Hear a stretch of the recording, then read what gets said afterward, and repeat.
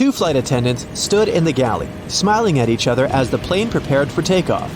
Usually, it would be a hectic time, ushering passengers in and settling them.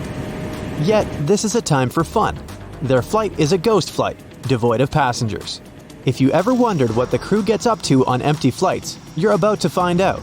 They took a serving tray each, but had no intention of preparing food and headed into two separate aisles. It's aisle surfing time.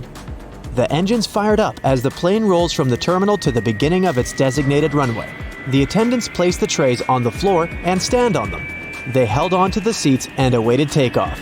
They're laughing as the plane quickly accelerates. In no time, it's hurtling down the runway. As it rises into the air, the interior tilts.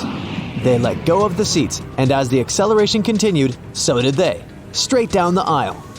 The first person crashes out on row 8, while the second continues until the end. A new personal best. Victory is sweet.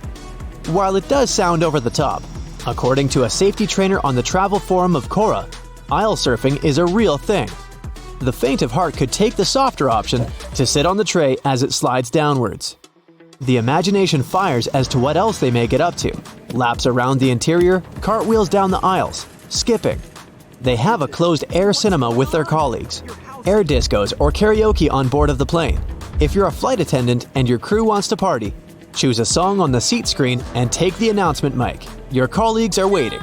There are no passengers around to watch your dancing. You can do anything. The sky is the limit. A crew member made a viral video while singing in the aisle of an empty plane. Millions have watched the quirky video. It's a shame there were no passengers. It would have been excellent entertainment. Some have even said they ate food designated for passengers. However, anyone admitting to such conduct or being caught would see them face immediate dismissal, even with a new surfing record. You may be wondering why there would be a ghost flight in the first place. There are many reasons. In Europe, airlines must fulfill their obligations and continue the flight even if no passengers are on board. Similar legislation exists in America. There are time slots that allow for takeoff and landing. The European Commission has a use it or lose it rule. If airlines don't comply at least 80% of the time, they risk losing their slots to the competition. Aircraft also can't be left at the airport overnight, as you might with a car. Sometimes they need to be prepared for storage and returned to a particular location. In some situations, airlines continued flights and used passenger jets to transport freight instead. This type of proactive thinking has saved the financial lives of some companies. When you hear the term ghost flights, you may be thinking something a little spookier, like in a horror movie. And you'd be right, there have been actual documented ghost flights. In 1943, a flight on a combat mission disappeared following a raid on Naples. In Libya, the wreck was discovered, but not until 15 years later. None of the crew was found. The following year, a second expedition to the site found water fresh enough to drink, coffee that still had flavor, and radios and machine guns in working order. The public became fascinated. It was a ghost flight mystery. For most flight attendants, their everyday experiences aboard an empty plane aren't particularly spooky or as much fun as our aisle surfers. They're far too busy for all of that. Your typical plane will land, and the passengers depart, leaving behind quite a mess. Not everyone is as tidy as you and I.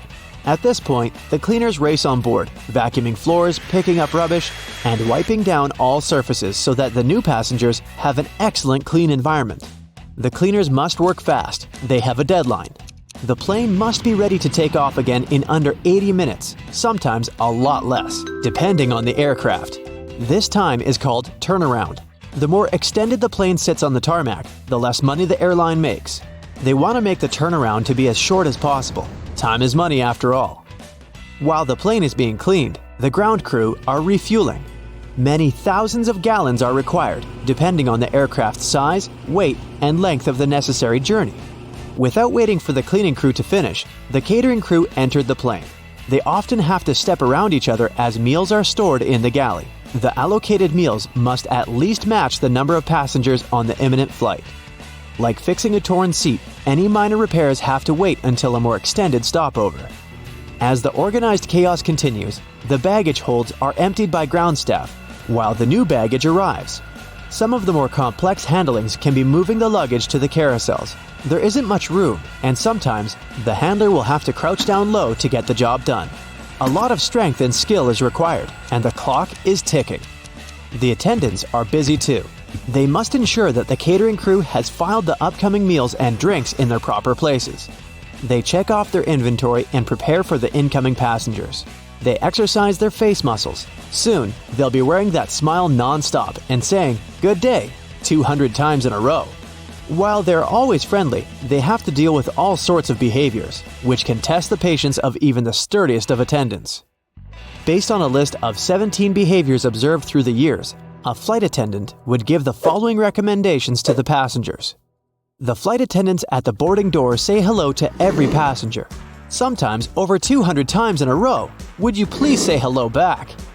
They're happy to help and recommend passengers push the buzzer only when necessary. The attendants collect trash during specific times, wear gloves, and prefer not to race back and forth. There's something that bothers most people when passengers take off their shoes. Please make sure to have a fresh pair of socks. If you sit in the exit row, please don't put any luggage under the seat in front of you, because it can block the way of the flight attendants. For example, if they need to use rubber slides urgently. Everybody knows about the rule to turn off the mobile phone, but not everybody knows why it's so important. Let's suppose all the passengers turn on their phones. In that case, the high-frequency electromagnetic fields of the mobile phones can disturb the plane's navigation system and cause false indications. There is a risk the pilot can make a wrong decision about the landing, especially if it's in terrible weather. The crew recommends keeping the seatbelt fastened during the whole flight, even if the sign is turned off, because heavy turbulence can occur unexpectedly, and the plane can be put 900 feet lower. You can loosen up your belt to feel comfortable, so the flight attendants will be happy you're safe. Passengers get into a confined space on board an airplane and may unconsciously begin an instinctive struggle for a place under the sun. Please keep in mind that this is a temporary condition. Treat each other with respect, and keep your seat back straight while the food is served, or when your neighbor gets to the seat. Passengers sometimes leave their headphones on while conversing with a flight attendant. The attendants may ask the passenger if they want refreshment, and they might get a blank stare in return. Would you mind taking off your headphones? Something that happens on every flight is when the plane is about to take off and someone decides that they want to go to the bathroom. It's all about good timing. Preferably not when the plane is hurtling down the runway at full speed. Please wait till the takeoff is over because it may be dangerous. While their job can be tiring, fortunately for us, flight attendants are patient, kind, and friendly people. They push on regardless of how tired they may be. International flights in particular can be long, taxing affairs. So, who could blame them if they find themselves on a ghost flight and decide to let their hair down, aisle surfing a bit with pleasurable distraction? And what would you get up to if you happened to find yourself on an empty flight?